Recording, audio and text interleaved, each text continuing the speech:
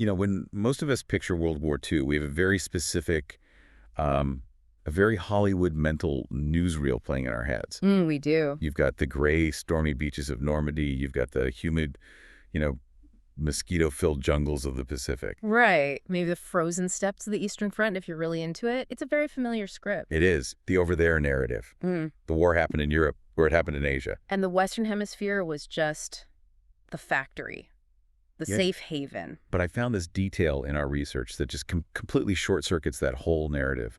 I want you to picture the Italian mountains, the Apennines. Okay. It's the dead of winter, 1944, and we are talking minus 20 degrees Celsius. The snow is like waist deep.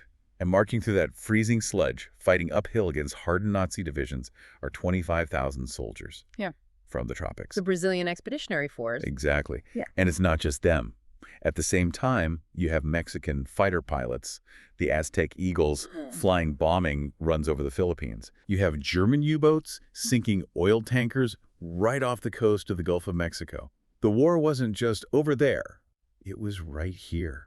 And that's really what makes today's deep dive so critical. We aren't just looking at some, fun trivia about Brazilian soldiers. We're looking at a moment where the entire geopolitical architecture of the Americas just shifted. Right. Because the mission for today is to understand how the U.S. went from being the neighborhood bully to the good neighbor in, about 5 years flat? And how Latin America didn't just watch from the sidelines. They were active participants who actually held a lot of leverage. To understand that leverage, though, we have to start with why the relationship was so broken in the first place. We have to go back to the big stick. Teddy Roosevelt, 1904. Speak softly and carry a big stick. It's a catchy slogan, but for Latin America, it was a threat.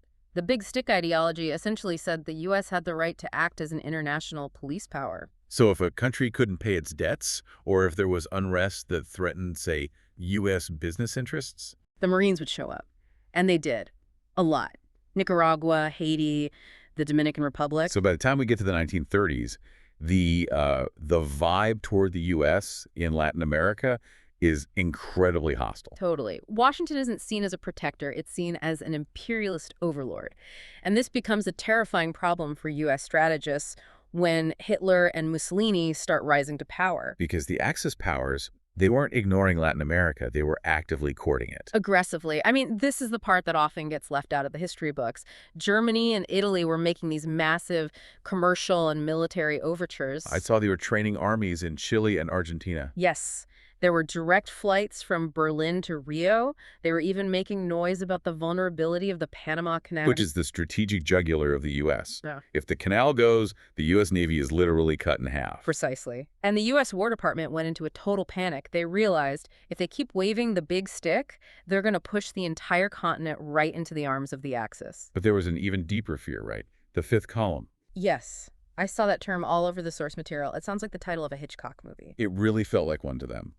A fifth column, for anyone who doesn't know, is basically a group of people who undermine a larger group from within. And you have to remember, South America is a continent of immigrants. So you had huge populations of Italians in Argentina and Brazil, massive German communities in southern Brazil and Chile. A significant Japanese population in Peru. Exactly. So the fear in Washington wasn't just about a German battleship showing up. It was about sleeper cells, spies, saboteurs, political agitators. The fear was that the enemy was already inside the house. So out of sheer necessity, U.S. foreign policy undergoes a complete personality transplant. A total rebrand. It started under Hoover, but FDR really solidified it. They launched the good neighbor policy. It's like, we're not the big stick anymore. We're the good neighbor. Yeah. Can I borrow a cup of sugar? Also, please don't let the Nazis use your ports. That is pretty much the subtext, yes. The policy shifted from unilateral intervention to mutual respect and sovereignty. And they signed the Panama Declaration in '39, which established this huge, 300-mile maritime security zone around the Americas. They basically drew a line in the ocean and said, this is our neutral zone. But, treaties are one thing. You need to win hearts and minds. And this is where the story gets really weird and fascinating. The U.S. government decided to go into the movie business. The cultural offensive. They created the Office of Inter-American Affairs, run by Nelson Rockefeller. And his job was to sell the good neighbor image to Latin America. And, just as important, sell Latin America to the U.S. public. Because before this, the American stereotype of a Latin American was not great. It was terrible, usually lazy peasants or bandits in Westerns. Yeah. Rockefeller knew that had to change if they were going to be allies. They needed to portray Latin America as modern, vibrant, strong. So they called Walt Disney. They did. Disney went on this goodwill tour, and the result was movies like Saludos Amigos and The Three Caballeros. That's where Jose Carioca, the parrot from Rio, comes from. Exactly. It seems silly now, but this was high-level propaganda. It was pop culture weaponized to create a sense of Pan-American identity. We're all in this together. But cartoons don't sink U-boats. You need steel, you need rubber, you need bases. And that brings us to the heavyweight champion of the steep dive, Brazil. Brazil is the key. Yeah. Geographically, you just can't win the Battle of the Atlantic without Brazil. And the leader of Brazil at the time, Getulio Vargas, he knew that. He was a fascinating character. A dictator, but a very pragmatic one from what I read. Oh, a master tactician. He wasn't ideologically aligned with the U.S. at all. His new state government had some, well, fascist tendencies. But he saw the war as a business opportunity. So he just played Germany and the U.S. against each other to see who would offer the better deal. He was holding out for the best offer, and the U.S. was desperate. They needed the trampoline to victory. The trampoline. That's what they called the air bases in Natal in the northeast of Brazil. If you look at a map, that bulge of Brazil is the closest point in the Americas to Africa.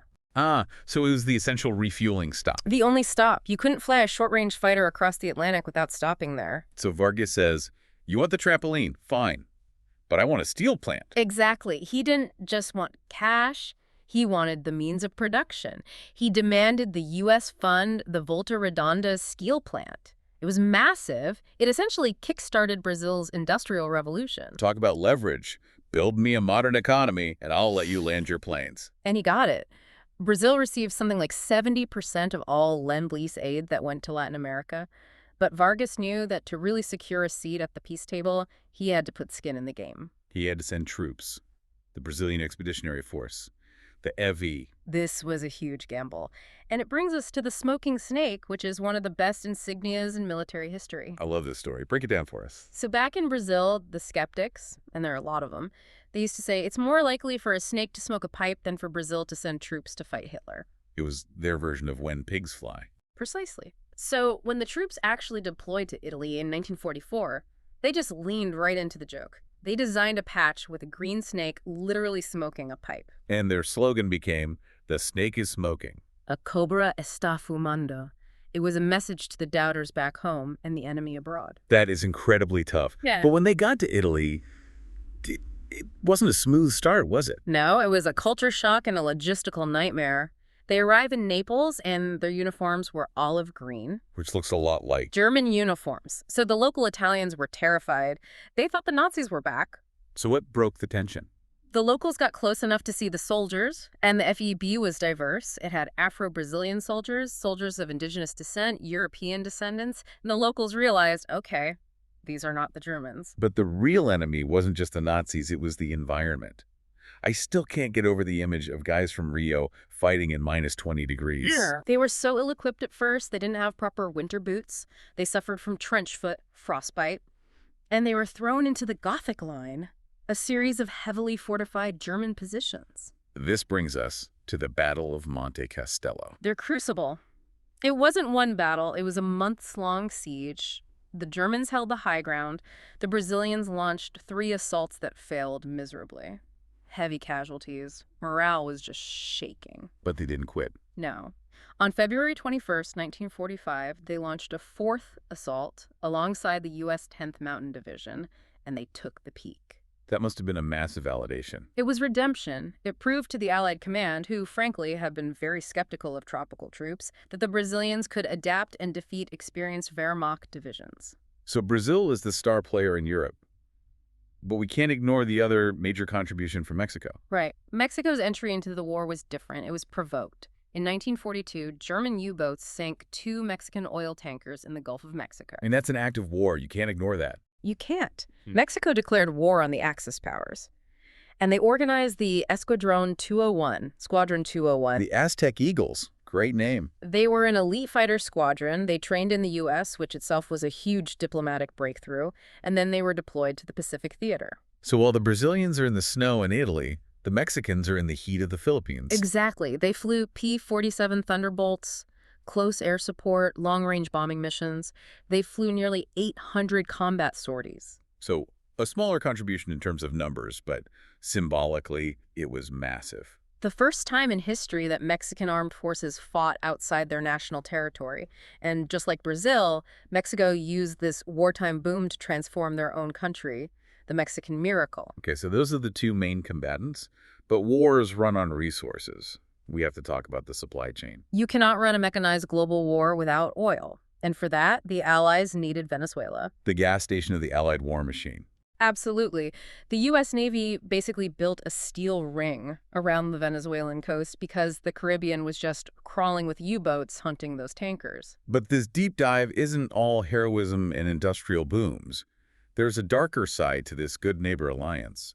We have to talk about what happened in Peru. Yeah, this is a chapter that is often conveniently forgotten. We talked about the fifth column panic earlier. The fear of spies within immigrant communities. That fear led to some horrific civil rights violations, specifically against Japanese Latin Americans, and this was orchestrated by the U.S. The U.S. government pressured Latin American countries to round up their Japanese residents. Yes, Peru had a large Japanese population, mostly farmers, shopkeepers, innocent civilians. Under U.S. pressure, Peru deported over 2,000 of these people to the United States. Wait, they deported them to the U.S. to do what? To be put in internment camps, Crystal City, Texas, mostly. The U.S. Department of Justice wanted them as bargaining chips. Bargaining chips. The idea was they could trade these Japanese Peruvians for U.S. citizens being held by Japan. That is chilling. It's essentially state-sponsored kidnapping. It is, and it just highlights the hypocrisy of the era. We're fighting for freedom, but the good neighbor policy had this ruthless underbelly. Security first, human rights second. And speaking of people who weren't fully on board, we have to mention the holdout, Argentina. Argentina was the bad neighbor. While Brazil and Mexico were pivoting to the U.S., Argentina maintained what they called muted neutrality. But really, the government in Buenos Aires had strong ideological sympathies with fascism. They were rooting for the other team. Privately, yes. They refused to break relations with Germany and Japan until March 1945. They only declared war when it was obvious the Axis was collapsing. So let's fast forward. 1945, the Allies win. The smoking snake was victorious. The Aztec Eagles came home heroes. What happens next? Well, the Latin American nations, they want to formalize this new alliance. They don't want the U.S. to go back to being the big stick bully. They want a permanent partnership. Right. So in 1947, they signed the Rio Treaty, and this is a big deal. It's the first Cold War security pact. It predates NATO. It stated that an attack on one American state is an attack on all. One for all for one. On paper. But here's the tragedy of the story. The ink was barely dry on the Rio Treaty when the global vibe shifted again. To Cold War. Instantly. The enemy changed from fascism to communism, and for the U.S., the priority shifted from respecting sovereignty to containing the Soviets. In the good neighbor policy. Dead in the water. The U.S. returned to interventionism, but now it was covert. If a Latin American government leaned even slightly left, the U.S. didn't see a sovereign neighbor. They saw a Soviet proxy. So we get the CIA coups, Guatemala, later Chile. Exactly. The mutual respect of the warriors just evaporated. And that Rio Treaty, the attack on one is an attack on all. Let me guess, it didn't hold up. It proved to be very selective. The source material points to the Falklands-Malvinas War in 1982. When Argentina, a signatory of the treaty, went to war with Great Britain, the U.S. sided with the British. They just ignored the treaty. Because it was geopolitically inconvenient. Wow. It really makes you think about the what if. We had this brief window from, 1940 to 1946, where the hemisphere actually functioned as a partnership. It does. The good neighbor policy wasn't perfect. We saw that with the internments, but it proved that U.S.-Latin American relations didn't have to be hostile. Collaboration worked. But we abandoned it for Cold War strategy. We did. And looking back, it leaves us with a provocative question. What would the Americas look like today if that spirit of cooperation had survived past 1947? If the U.S. had continued to treat its neighbors as partners rather than as a backyard to be managed? It completely reframes the last 80 years of history. It shows us that the tension we see today wasn't inevitable. It was a choice. A choice made in the shift from one war to another. Well, That is a lot to process. But before we sign off, I have a little homework for everyone listening. Grab your phone and image search Ebi smoking snake patch or Cobra fumando. You have to see it. You do. It is such a cool piece of visual history. Yeah. A cartoon snake smoking a pipe while fighting Nazis. It's just, you need to see it. It's a great symbol, doing the impossible. Exactly. Thank you all for listening to this deep dive into the Forgotten Allies. We'll see you on the next one.